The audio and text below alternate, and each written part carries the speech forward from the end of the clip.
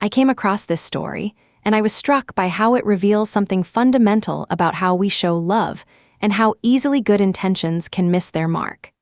Let me share it with you, because this is the kind of narrative that asks us to examine our own assumptions. A 25-year-old woman has been with her boyfriend for over 3 years. His birthday arrives, and she wants to do something special. She's noticed that they don't share the same taste in music. When they've attended concerts together, it's been fun, but these occasions are rare. She wants to bridge that gap. Her boyfriend, she tells us, loves bands, rock music specifically. Artists she's never heard of. She's looking for a way to connect with this part of his life, to show him she's paying attention. Imagine Dragons announces a tour date in their city. She knows who they are. They are a band, they have instruments, they play rock music. In her mind, this feels like the perfect gift. She buys 2 tickets, excited about the surprise she's planning. Notice how her reasoning unfolds here.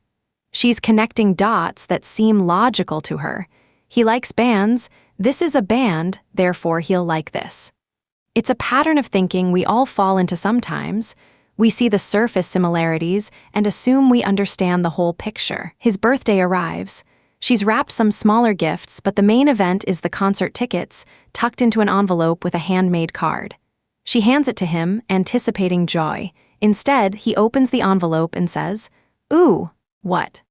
She explains her thinking. They're coming to town, she thought it would be fun to go together, she wants to get more into the music he likes.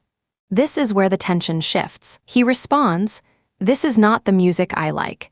Just because a band has instruments doesn't mean it's what I like." She's fighting back tears now. The gift she planned so carefully is unraveling in real time. She asks if he really wouldn't have fun. His answer is blunt. "Honestly, you should just try to get your money back. I don't want to go to this."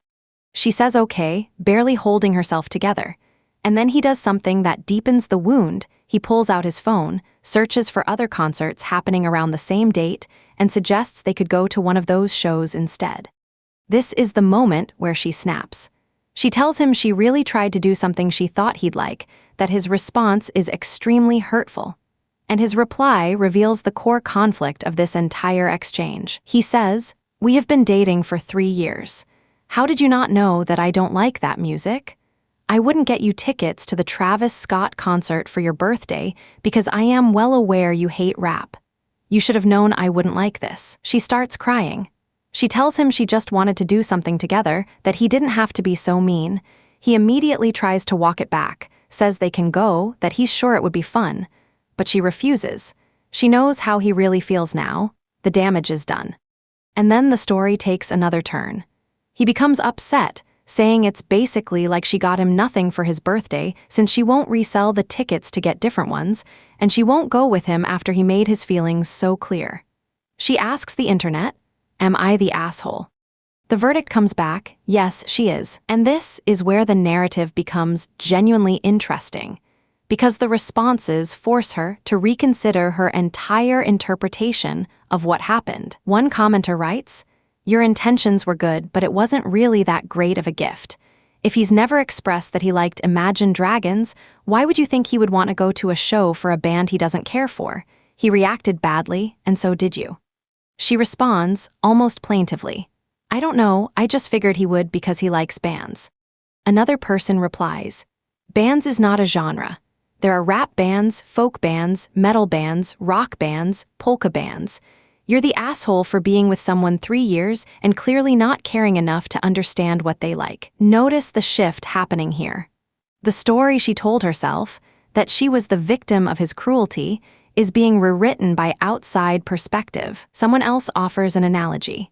It's the equivalent of taking someone to a restaurant and forcing them to eat food they don't like and calling it a gift.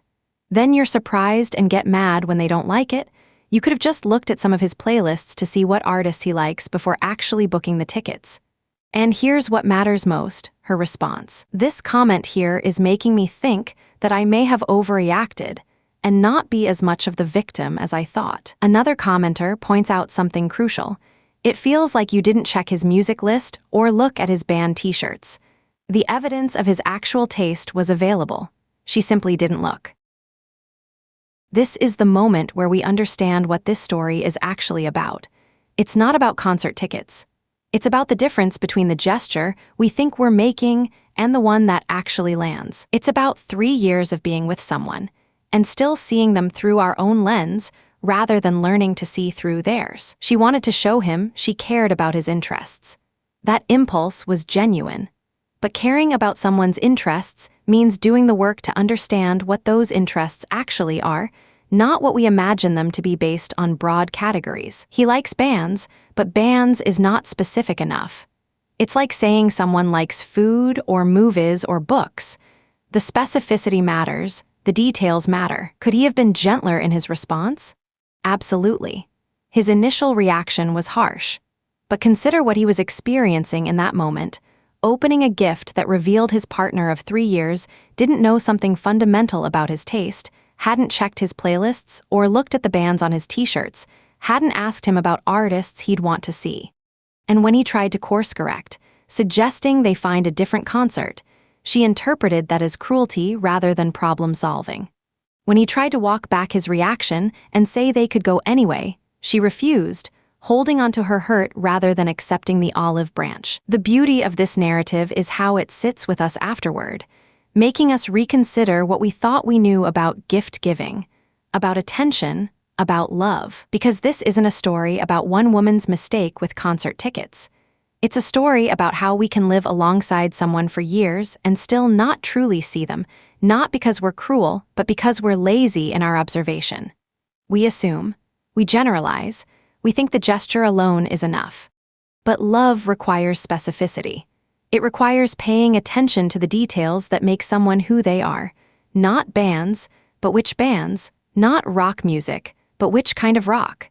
Not the grand gesture we imagine would be meaningful, but the one that would actually land. Stories like this remind us why we tell them in the first place. Because they honor the complexity of being human, of trying to connect, and sometimes failing in ways that teach us something essential. If you found yourself reconsidering your own assumptions while listening to this story, if you thought about the times you generalized instead of getting specific, the times you assumed instead of asking, hit that like button. Subscribe for more stories that make us examine what we think we know. And drop a comment telling me, what's a time you thought you were paying attention, only to realize you were seeing what you expected rather than what was actually there? Because that's what narratives like this do best. They hold up a mirror and ask us to look closely. Title suggestions primary. I got my boyfriend concert tickets for his birthday. He said I should have known better. Alt 1. 3 years together and I still don't know his music taste. AITA. Alt 2. He called my birthday gift worthless because I got the genre wrong. Alt 3. I bought him Imagine Dragons tickets. His response made me cry.